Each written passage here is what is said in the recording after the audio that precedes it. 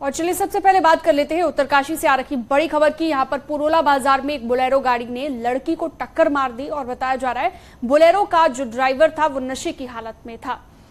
सड़क किनारे जा रखी लड़की को पीछे से इसने टक्कर मार दी। अब ये पूरी घटना सीसीटीवी में भी कैद हुई है, जिसमें साफ देखा जा सकता है कि पीछे से लड़की को टक्कर मारी गई और इस दौरान लड़की दुकानों पर जाकर गिरी। बोलेरो गाड़ी ने उसे कुचल दिया। बेहद दर्दनाक यह हादसा है, जिसका अब सीसीटीवी फुटेज भी सामने आ गया है।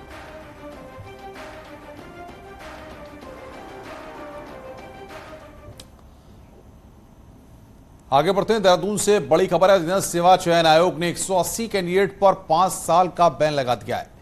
भर्ती परीक्षाओं की गड़बड़ी में शामिल 180 कैंडिडेट को बैन किया गया है।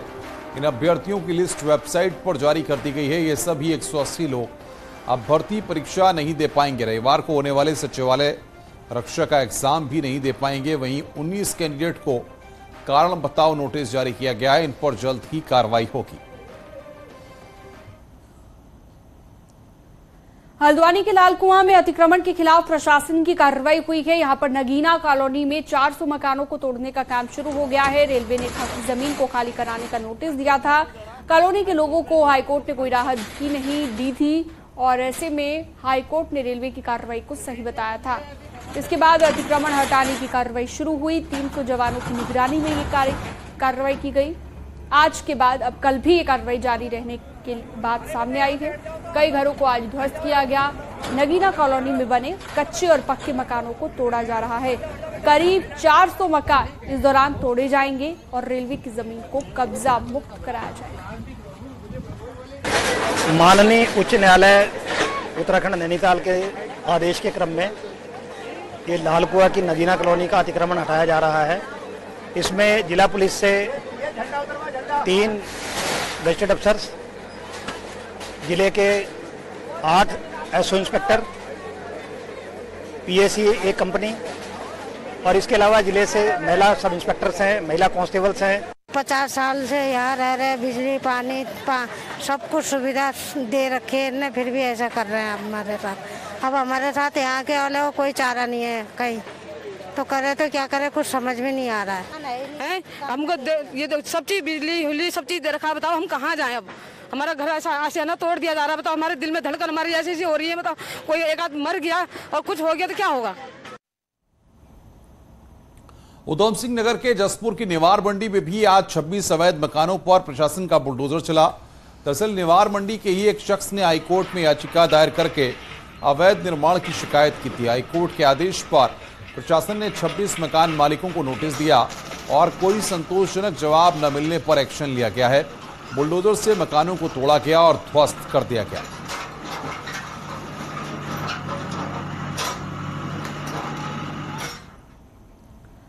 अवैध मजारों पर भी लगातार एक्शन जारी है और आज अतिक्रमण हटाने की दिशा में सरकार को बड़ी कामयाबी मिली है।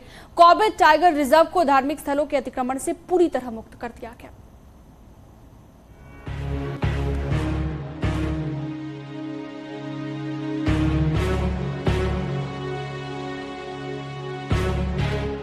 उत्तराखंड में इन दिनों धर्म स्थलों के नाम पर किए गए अतिक्रमण पर धामी सरकार का बुलडोजर गरज रहा है। दिसंबर से शुरू हुए इस अभियान के तहत 370 मजारों और 45 के आसपास मंदिरों को ध्वस्त किया गया है।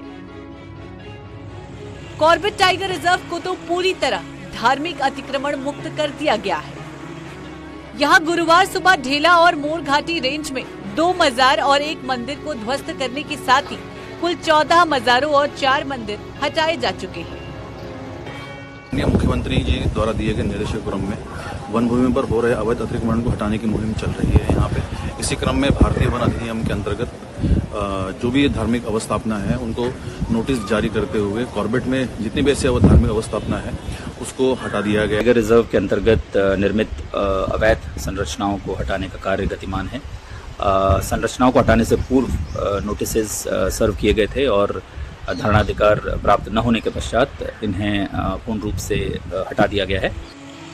युद्ध स्तर पर की जा रही इस कार्रवाई को लेकर सरकार को पार्टी संगठन का भी सहयोग मिल रहा है।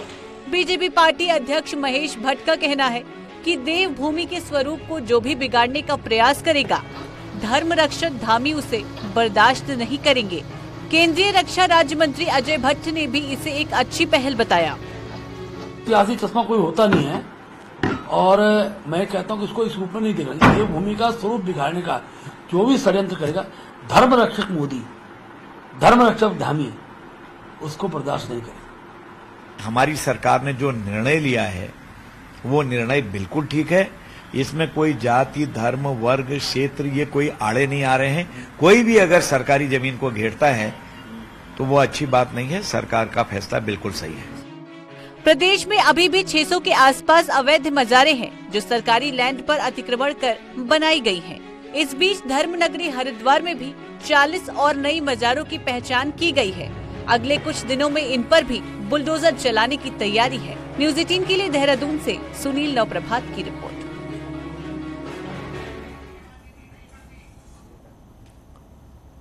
उत्तराखंड में जैसे जैसे अवैध मजारों पर एक्शन बढ़ रहा है, राजनीति भी तेज होती जा रही है। कॉर्बेट नेशनल पार्क को कार्रवाई करके अतिक्रमण मुक्त कर दिया गया। रामनगर से कांग्रेस नेता रंजीत रावत का कहना है कि थपली बाबा की मजार करीब 140 साल पुरानी थी, जब कॉर्बेट नेशनल पार्क था ही नहीं।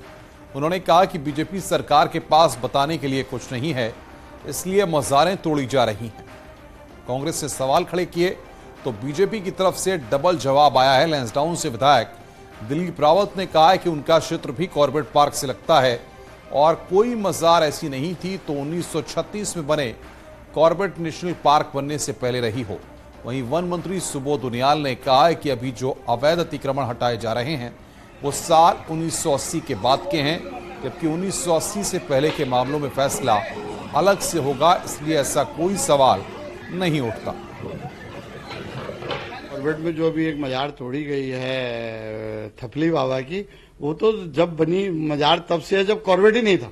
या ये सत्ता के मन में ज्यादा चूर हो गए हैं, या ये अपनी असफलताओं को छुपाने के लिए, जो आर्थिकी के मामले में, विकास के मामले में, बेरोजगारी के मामले में, महंगाई के मामले में इनकी असफलता है, उसको छुपाने के लिए इस तरह के हथकंडे अपना रहे हैं। कॉर्बेट नेशनल पार्क से लगा हुआ मेरा पूरा विधानसभा है, कोई भी मजार ऐसी नहीं थी कि जो पूर्ववती रहोगी और कॉर्बेट नेशनल पार्क बनने से पहले रहा। क्या कि 1980 से पहले के मामलों में हम निर्णय अलग से दे रहे हैं। 1980 के बाद जो भी कब्जे में उनको हटाया जा रहा है, तो लिहाजा इसका तो प्रश्न नहीं होता। और चलिए इसी बीच एक बड़ी खबर आ रही है वन विभाग से जुड़ी हुई। बद्रीनाथ फॉरेस्ट डिवीजन की नंदप्रयाग, थराली और देवाल रेंज में विभाग ने 125 हेक्टेयर जमीन से अतिक्रमण हटाया है। यहां पर लोग तारबाड़ करके विभाग की जमीन कब्जाए हुए थे और दूसरी तरफ धार्मिक अतिक्रमण हटाने की कार्रवाई देर शाम तक भी जारी रही। ताजा अपडेट के अनुसार अभी तक 388 मजारें, 41 मंदिर ध्वस्त कर दिए गए। बद्रीनाथ वन प्रभाग द्वारा 125 हेक्टेयर वन भूमि को अतिक्रमण से खाली कराया गया है। एक बहुत बड़ी उपलब्धि है जिसमें वन प्रभाग द्वारा पिंडर राजी में जो है अतिक्रमण को हटाया गया है। इसके अतिरिक्त कॉर्बेट टाइगर रिजर्व में भी जो है कुछ मज़ारों को और मंदिरों को भी जो है वहाँ से हटाया गया है। कॉर्बेट टाइगर रिजर्व में अब ये कह सकते हैं हम लोग कि ये जो धार्मिक संरचनाओं से मुक्त कर दिया गया है। अब तक 388 मज़ारों को जो है वन भूमि और अन्य जो हमारी सरकारी भूमि है वहाँ से हटाया गया है। साथ ही में 41 मंदिरों को भी हटाया गया है। धर्मनगरी हरिद्वार में 40 नई अवैध मज़ारों की पहचान की गई है। वहीं प्रशासन ने इन मज़ारों पर नोटिस लगा दिए हैं। अब इन अवैध मज़ारों पर कार्रवाई होगी। पूरे राज्य में अवैध कब्जों के खिलाफ सरकार का अभियान जारी है और अभी तक कई अवैध कब्जों को ध्वस्त किया जा चुका है।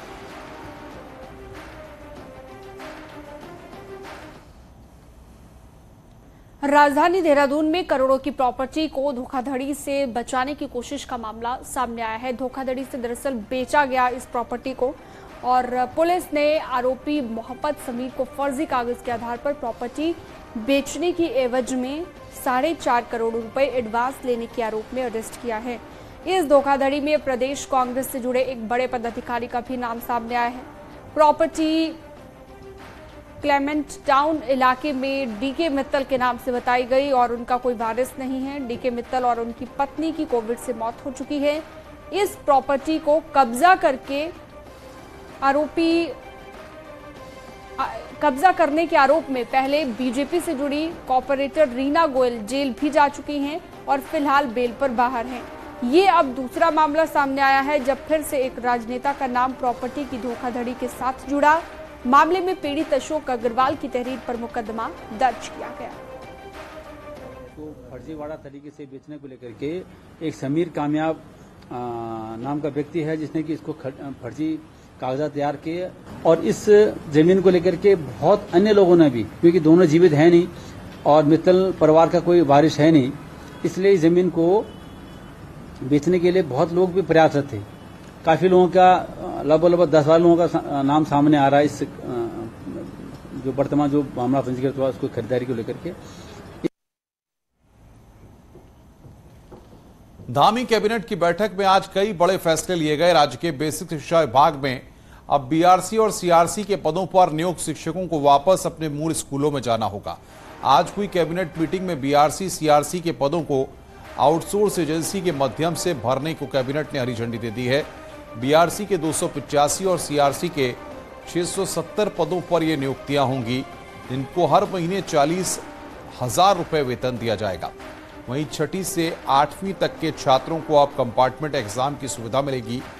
2 सब्जेक्ट में यह मौका मिलेगा। इसके अलावा अशासकीय स्कूलों में प्रबंध समिति के चुनाव पहले की तरह 3 साल बाद कराने को हरी झंडी दे दी गई है। मेधावी छात्रों के प्रोत्साहन के लिए स्कॉलरशिप योजना को मंजूरी दी गई है, जिसमें ब्लॉक लेवल पर 70% नंबर लाने वाली 6ठी से 10वीं तक के छात्रों को 600 से 1000 तक छात्रवृत्ति मिलेगी। 11वीं और 12वीं में 80% नंबर लाने पर भी स्कॉलरशिप मिलेगी। अब सिंगल पेरेंट को भी चाइल्ड केयर लीव मिलेगी।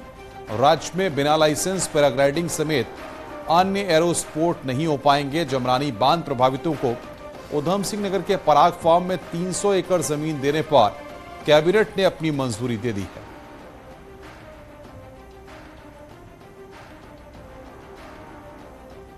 ये कुल 285 बीआरसी और 670 सीआरसी रखे जाएंगे, कुल 955। इनको 40,000 रुपया प्रति माह दिया जाएगा और आउटसोर्सिंग एजेंसी के माध्यम से इनको रखा जाएगा। सड़क पर गड्ढे की फोटो ऐप पर भेजिए और 1 हफ्ते में गड्ढा भर जाएगा। इसी दावे के साथ पीडब्ल्यूडी डिपार्टमेंट ने पैच रिपोर्टिंग ऐप तैयार की है, पर लॉन्च होने के साथ ही सियासत शुरू हो गई।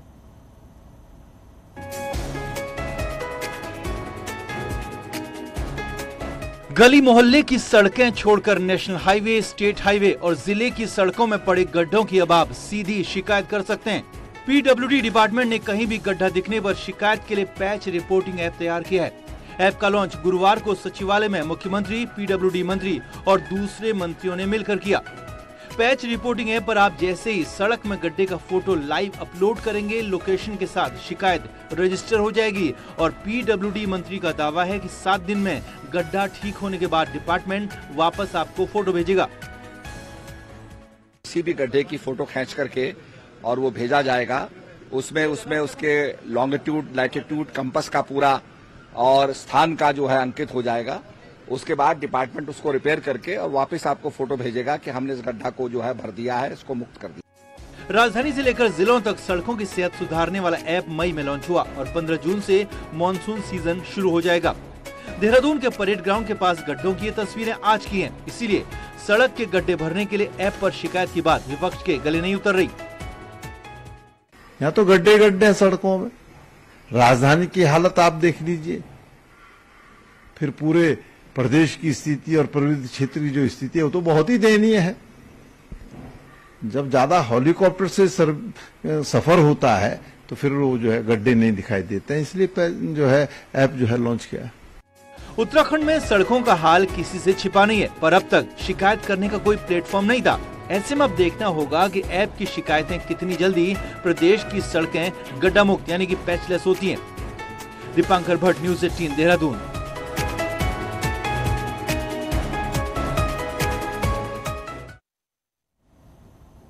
देहरादून से दिल्ली के लिए वंदे भारत ट्रेन शुरू होने जा रही है। 29 मई से वंदे भारत ट्रेन की शुरुआत होगी।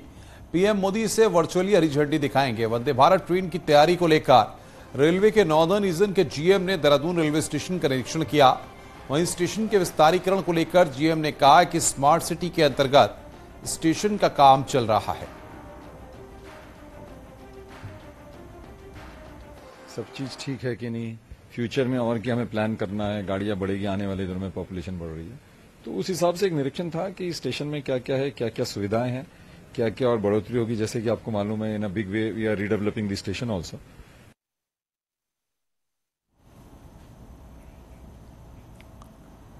उत्तराखंड में एक बार फिर से मौसम बदल गया है। आज सुबह से ही कई जगहों पर बादल छाए रहे तो कुछ जगहों पर बारिश भी हुई है। मौसम विभाग ने भी मौसम को लेकर अलर्ट जारी किया है। राज्य में अगले 24 घंटे के लिए बारिश का येलो अलर्ट जारी किया गया है। उत्तरकाशी, चमोली और रुद्रप्रयाग में ज्यादा बारिश होगी, जबकि अन्य पहाड़ी जिलों में भी इसका असर देखने को मिलेगा। वहीं मैदानी इलाकों में भी गर्मी और उमस से राहत मिलेगी। कुछ जगहों पर बारिश हो भी सकती है।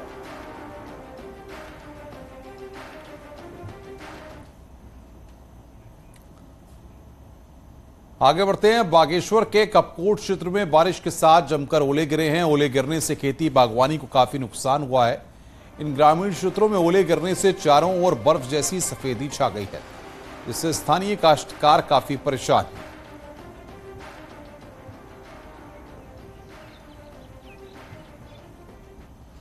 चमोली के मलारी गांव के पास नीति और गमसाली क्षेत्र को जोड़ने वाला पुल टूट गया था, जिसके बाद बीआरओ ने नदी के ऊपर वैकल्पिक मार्ग तैयार किया था।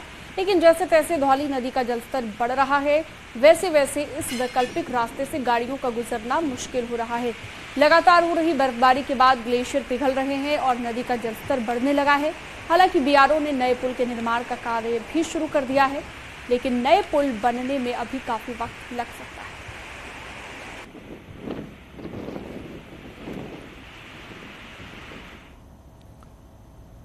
हेमकुंड साहिब यात्रा का पहला जत्था गोविंद घाट पहुंच गया है और कल हेमकुंड के लिए रवाना होगा। शनिवार को हेमकुंड साहिब के कपाट खोले जाने हैं। इस बार हेमकुंड साहिब में ज्यादा बर्फ पड़ी है, जिसके चलते सेना के जवानों को भी रास्ता खोलने में कई दिक्कतों का सामना करना पड़ा। वहीं ऋषिकेश में हेमकुंड साहिब मैनेजमेंट ट्रस्ट ने श्रद्धालुओं से अपील करते हुए कहा है कि ज्यादा बर्फबारी होने की वजह से 60 साल से अधिक और छोटे बच्चे यात्रा पर न निकलें और बर्फ कम होने के बाद यात्री यात्रा शुरू करें।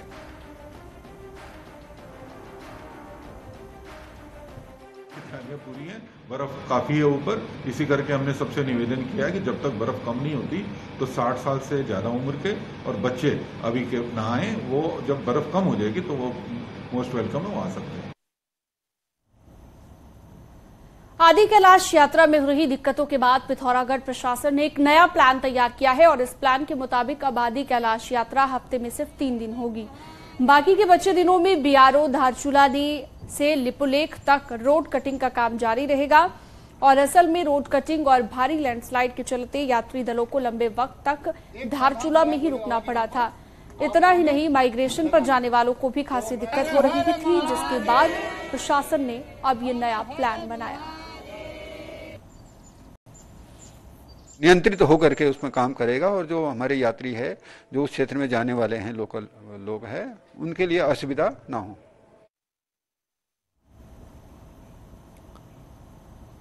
सोशल मीडिया में इन दिनों एक शादी का कार्ड वायरल हो गया है। ये कार्ड किसी और का नहीं बल्कि पौड़ी के नगर पालिका अध्यक्ष यशपाल बेनाम की बेटी की शादी का कार्ड है। शादी का कार्ड वायरल होने के पीछे की वजह 2 अलग अलग धर्म के बीच विवाह हो रहा है। यशपाल बेनाम की लड़की मोनिका की शादी उत्तर प्रदेश के रहने वाले मुस्लिम युवक मोनिस से तय हुई है। दोनों पक्षों की रजामंदी से ये शादी हो रही है। इसके लिए बाकायदा शादी का कार्ड भी छापा गया है और लोगों को निमंत्रण भी भेजे जा रहे हैं। जैसे ही शादी का कार्ड लोगों तक पहुंचा तो लोगों ने इस पर अपनी प्रतिक्रिया देना शुरू किया। वहीं मामले में राजनीतिक हलचल भी चल रही है। उसमें अध्यक्ष पदों में रह के नगर पालिका के और फिर ये जो है इन चीजों को बढ़ावा दे रहे हैं, कार्ड छपवा रहे हैं और शादी तो ये शादी करते तो वही धर्म अपना देते अपना, पर इन्होंने क्या किया कि यही अपने मंदिर हमारे यहाँ पे बैठ के और ये ऐसा कार्य कर रहे हैं। ये बड़ा ही घोर निंदनीय है। इस प्रकार से इतना बड़ा एक जश्न मनाना और जश्न मनाने के साथ साथ प्रदेश की जनता के साथ एक बड़ा धोखा ये कर रहे हैं कि इस चीज को बढ़ावा दे रहे हैं। उत्तराखंड पुलिस ने लव जिहाद का एक मामला दर्ज किया है। पुलिस के अनुसार इखलाक नाम के लड़के ने मनोज नाम से फर्जी आईडी बनाकर हिंदू लड़की से फेसबुक से माध्यम से दोस्ती की और फिर शादी का झांसा देकर संबंध बनाए। मामला तब पकड़ में आया जब मनोज उर्फ इखलाक लड़की को लेकर हरियाणा गया और होटल में आईडी जमा करने के दौरान उसने अपनी असली आईडी दी, जिसके बाद लड़की ने उससे संबंध तोड़ दिया। लेकिन इखलाक ने लड़की से वीडियो बनाकर ब्लैकमेलिंग की और 5 लाख रुपए ऐंठ लिए। अब लड़की ने पुलिस में मामला दर्ज कराया।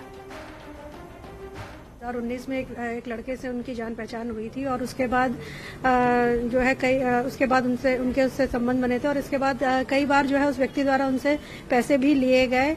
लेकिन अभी कुछ टाइम पहले उनको पता चला है कि उस व्यक्ति द्वारा उनको गलत नाम पता बताया गया है और इस तरीके से उनके साथ धोखाधड़ी की गई है। इस संबंध में जो है 376 और 419 में मुकदमा पंजीकृत किया गया है कोतवाली में।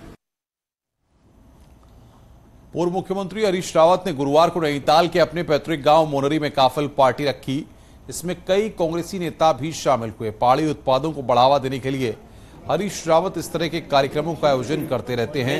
हरीश रावत की पार्टी में अलग अलग जगहों से काफिल लाए गए थे। ये सब लोग यहाँ की परंपरागत चीजों को, खाने की चीजों को, वस्त्र आभूषणों को आदि को धारण करते हैं और फेसबुक में डालते हैं, तो लोग उसको देखते हैं, उससे चर्चा होती है।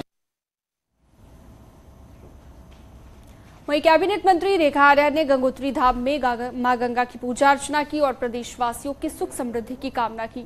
रेखा आर्या ने इस दौरान गंगोत्री धाम में आए श्रद्धालुओं के साथ बातचीत की, उनका हालचाल जाना और चारधाम यात्रा को लेकर उनसे फीडबैक भी लिया। मंत्री रेखा आर्या ने कहा कि मां गंगा के दर्शन करने का सौभाग्य प्राप्त हुआ।